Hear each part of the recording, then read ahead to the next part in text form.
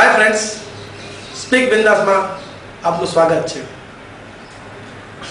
મહેનત કે પછી યોગ્ય જગ્યાએ મહેનત। ઘણા લોકો મહેનત કરે છે પણ એમને પોતાના ઈચ્છા મુજબ રિઝલ્ટ નથી મળતું, ત્યારે નિરાશ થઈ જાય છે। તો એના ઉપર એક સરસ મજાનું એક્ઝામ્પલ જોઈએ। એક વખત એક મોટી બધી શિપ હતી। આ શિપમાં એન્જિનમાં પ્રોબ્લેમ આવ્યો। સવારથી લઈને બપોર સુધી બધા એન્જિનિયર મથતા હતા, એનું ફોલ્ટ શોધવાની ટ્રાય કરતા હતા। કેપ્ટને કીધું આજે શિપ નહીં થાય તો કાલે સવારે આપણી શિપને ઉપાડવાની છે અને વિદેશ પ્રવાસે લઈ જવાની છે। કોઈ પણ સમજો કે આજે રાત સુધીમાં મારી શિપ તૈયાર જોઈ છે। સાંજ સુધી કોઈ પણ જાતનો મેળ ન પડ્યો ત્યારે એ લોકોએ થાકીને કીધું કેપ્ટનને કે ફોલ્ટ નથી મળતો, આ શિપ કાલે સવારે નહીં ઉપડે।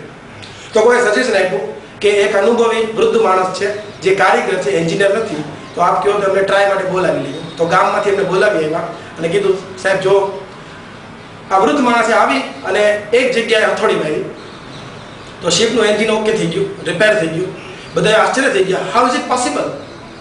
એક હથોડી મારીને અમને ઓકે કરી દીધું। કેપ્ટને કીધું સાહેબ ગજબ છે, બાકી ઓકે કે તમારું બિલ આપો।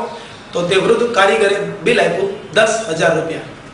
કે સાહેબ એક હથોડી મારવાના 10,000 રૂપિયા હોય કે બિલમાં ડિટેલ જોવો પહેલાં?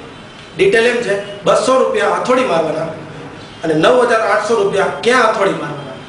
સો I mean to say proper time proper place કામ કરવું ખૂબ જ જરૂરી છે। માત્ર મહેનત કરવાથી રિઝલ્ટ નથી મળતું। તો દુનિયાના બધા લોકો પૈસાદાર થઈ જાય, દુનિયાના બધા માણસો સફળ અને સક્સેસફુલી પોતાની લાઈફ જીવતા હોય, પણ કેટલાક લોકો જ સફળ થાય છે એનું કારણ આ છે ક્યાં મહેનત કરવી એ ખૂબ જ અગત્યનું છે। તો તમે પણ જુઓ કે માત્ર મહેનત કરો છો કે ટેકનિકલ મહેનત કરો છો, ધેટ્સ મોર ઇમ્પોર્ટન્ટ।